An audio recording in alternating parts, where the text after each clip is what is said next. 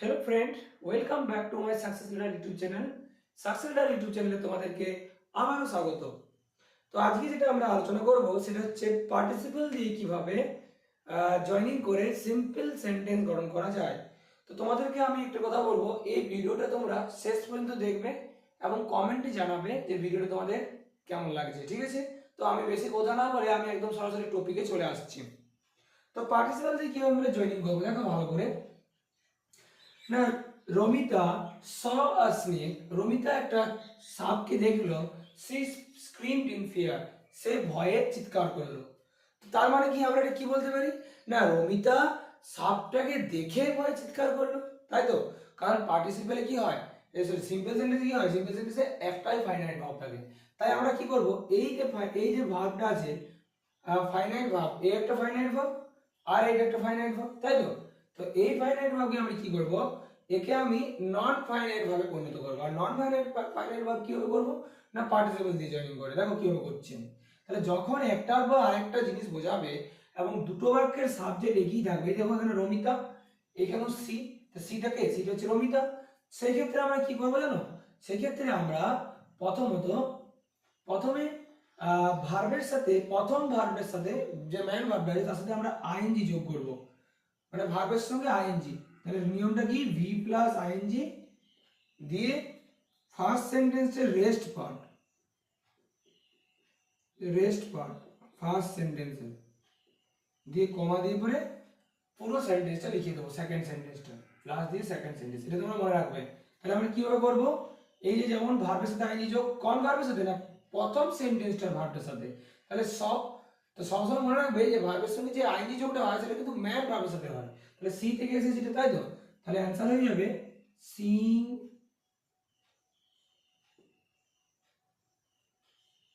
সিং দিয়ে rest part, এখানে rest part কোনটা, এর পরেরটা প্রথম সেন্টেন্সে। A snake, Singh a snake মানে কি, একটা সাপকে দেখে, এ সি সি লেবো কি না, সি এর পরিবর্তন কি লেবো, রনিতা। রনিতা কি করলো, না ভয়ে চিৎকার করলো, তাই তো? তাহলে Ronita screamed in fear.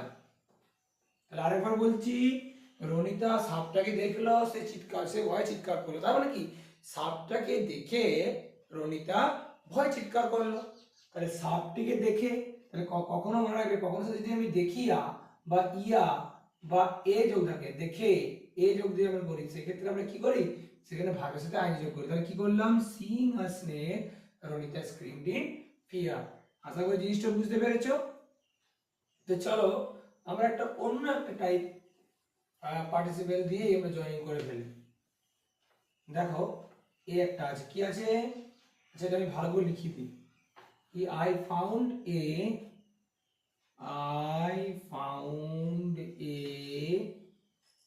Bicycle,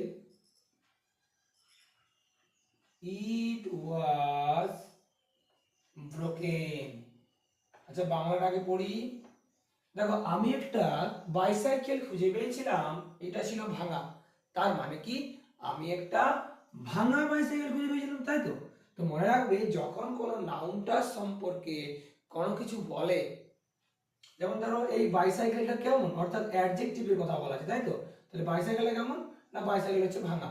সেই ক্ষেত্রে আমরা কি করব, এই নাউনটার আগে কিন্তু আমি ওই যেটা বোঝাচ্ছি, যেটা ওয়ার সম্পর্কে যেটা বলছি, অর্থাৎ যেটা আমার পার্টিসিপেল অ্যাডজেক্টিভ, এটাকে পার্টিসিপেল অ্যাডজেক্টিভ বলে, এই পার্টিসিপেল অ্যাডজেক্টিভ বসিয়ে দেবো। তাহলে কি লিখবো আমি, আই ফাউন্ড, আমি খুঁজে পেয়েছিলাম কি, না একটা ভাঙা সাইকেল, তাই তো? তাহলে এ ব্রোকেন বাইসাইকেল। আশা করি জিনিসটা বুঝতে পেরেছো। তো চলো আমরা অন্য একটা করে ফেলি। কি আছে দেখো, এখানে সেন্টেন্সটা আমি উপরটা লিখছি, মুছে পরে। কি আছে, I saw a kite, it was flying in the sky. তার মানে কি বলতে চাইছে, আমি একটা ঘুড়ি দেখেছিলাম, it was flying in the sky, এটা আকাশে উড়ছিল।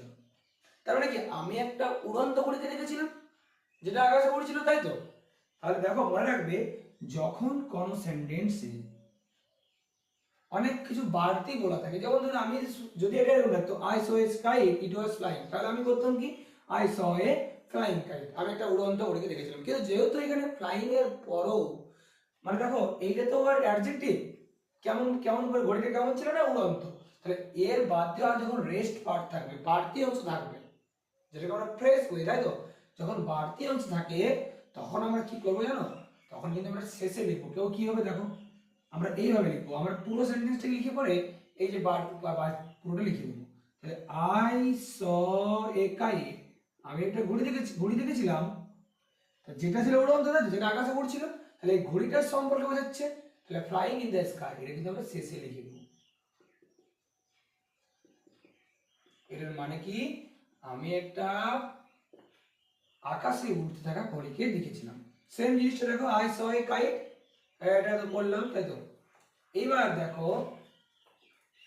এবার দেখো আমরা অন্য একটা টাইপ দেখে নিই। কি আছে, একটা সেন্টেন্স লিখি,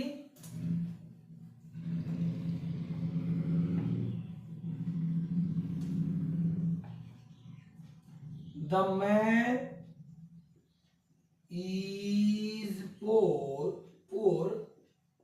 গরিব, মানুষটা হয় গরিব, হি ইজ অনেস্ট, সে হয় সৎ। মানুষটা গরিব, সে হয় সৎ।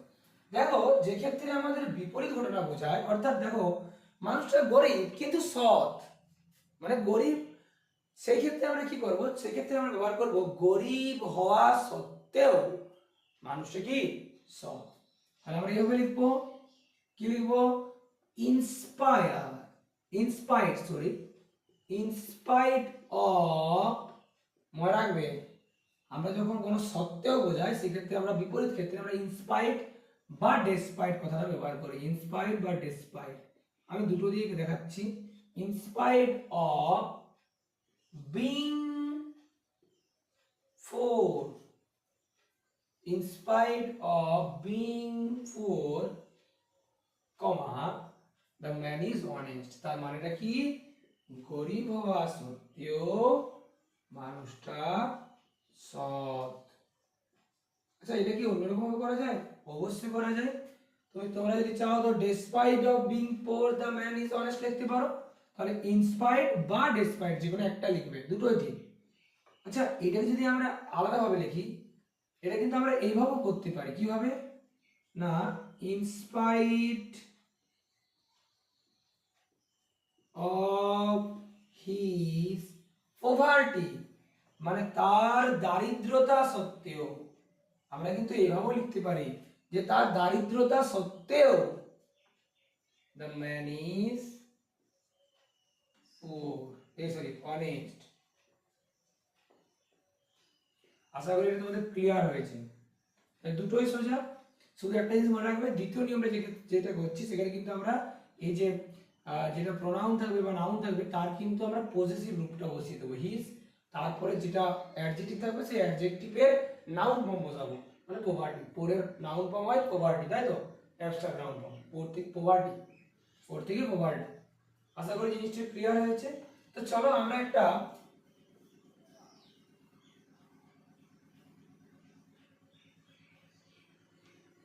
পারফেক্ট পার্টিসিপেল দিয়ে একটা জয়েনিং করে ফেলি। প্রেজেন্ট পার্টিসিপেল তো ওই ভার্বের সঙ্গে আইনি যোগ করেই করে দিলে। দেখো আমরা যেটা লিখলাম, যেমন আমি একটা লিখি, আই রোট এ লেটার, আমি একটা চিঠি লিখেছিলাম,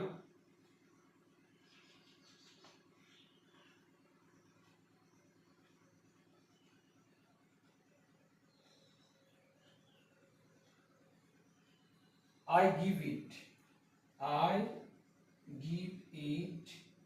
him, আমি তাকে এটা দিয়েছিলাম। তাহলে এই ক্ষেত্রে আমরা কি লিখবো, চিঠিটা লিখে আমি তাকে দিয়েছিলাম। আচ্ছা এখানে গেভ করে দিয়েছি, একটু পাস্ট টেন্স লিখছি, তাই তো? তাহলে চিঠিটা লিখে তাকে দিয়েছিল, তাহলে দেখো এটা আমি কিন্তু এইভাবে করতে পারি যে writing a letter I gave it him, এটাও লিখতে পারি। কিন্তু এটা আমি আলাদাভাবে করবো, কি করতে পারি, এটা আমরা কিন্তু হ্যাভিং আনতে পারি, হ্যাভিং। তাহলে কি লিখবো, হ্যাভিং। হ্যাভিং এর পর কিন্তু সবসময় ভার্বের থার্ড ফর্ম হয়, তাহলে having you written a letter I gave it him, এটা মানেটা কিন্তু একই, শুধু আমি এখানে হ্যাভিং রিটেন করলাম। তাহলে কি স্যার যদি আমি হ্যাভিং না লিখে রাইটিং এ লেটার লিখতাম তাহলে কি ভুল হতো? না, সেটাও ঠিক হতো। তো তোমরা একটা জিনিস মনে রাখবে, যদি এখানে বি ভার্ব থাকে, বি ভার্ব, তখন কিন্তু এখানে বিং হবে, ঠিক আছে, বিং হবে, বিং, ঠিক আছে। আচ্ছা, তোমরা এই জিনিসটা আশা করি বুঝতে পেরেছো। তোমাদের যদি এটা নিয়ে কোনো অসুবিধা থাকে তাহলে তোমরা আমাকে অবশ্যই জানাবে, ঠিক আছে। তাহলে আজকের ক্লাস তোমাদের এই পর্যন্তই। তোমাদের আমি বারবার অনুরোধ করে বলবো যে তোমরা ভিডিওগুলো কিন্তু পুরোপুরি দেখো, কারণ তোমরা ভিডিওগুলো পুরোপুরি দেখছো না, ঠিক আছে। আর ভিডিওটি তোমাদের ভালো লাগে তোমরা অবশ্যই লাইক করে দেবে এবং সাবস্ক্রাইব করতে ভুলো না, এবং চ্যানেলটাকে আরও শেয়ার করো যাতে আমি আরও নতুন নতুন ভিডিও আনতে পারি। ধন্যবাদ।